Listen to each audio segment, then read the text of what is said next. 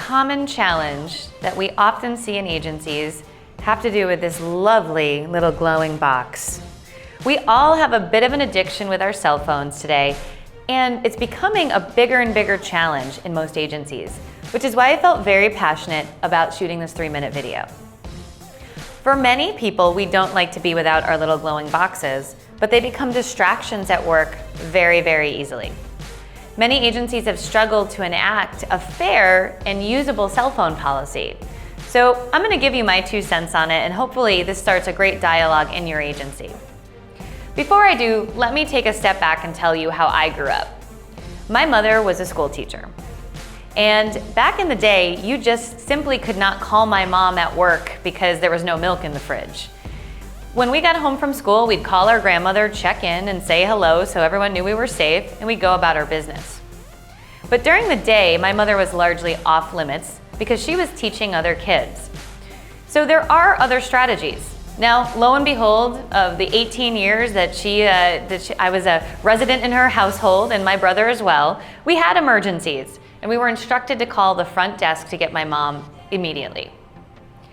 My message to you on that is that these things do not necessitate having an emergency. We still have a front desk at most insurance agencies. So I'm going to walk you through my plan on how I feel agencies should handle cell phones. First of all, there is a difference between someone in a production role and someone in a service role. For many producers, they're on the go and their cell phone is their desk phone. So it is acceptable for producers to be on their phone about business matters.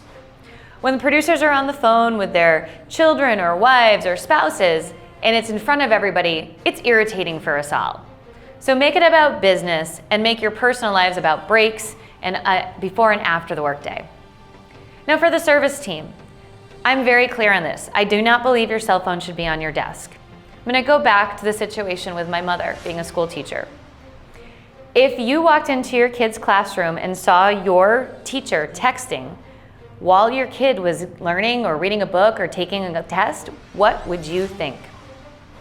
Stop for there for a second. Think about that. Would you be upset? I'm going to guess that you would be, because they're supposed to be watching your children. As a service team member, what we're supposed to be doing is watching out for the best interest of our client every single day. And as you know, we fight to eradicate the word busy inside of insurance agencies. So when we hear we're too busy, but we see people doing this all day long, you have to wonder.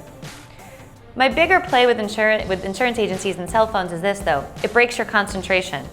I had to put this on airplane mode just to shoot this video because I get text, email, social media, everything's coming at me through this glowing box.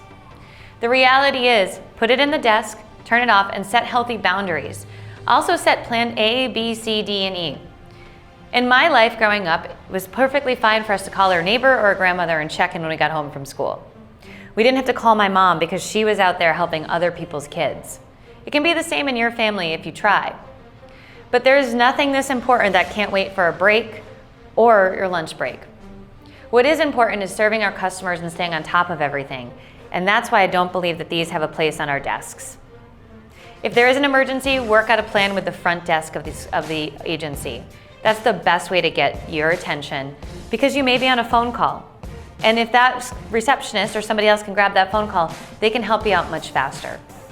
So I know that this is a sensitive topic, but I wanted to get out there and say, how we handle cell phones is how we treat our customers.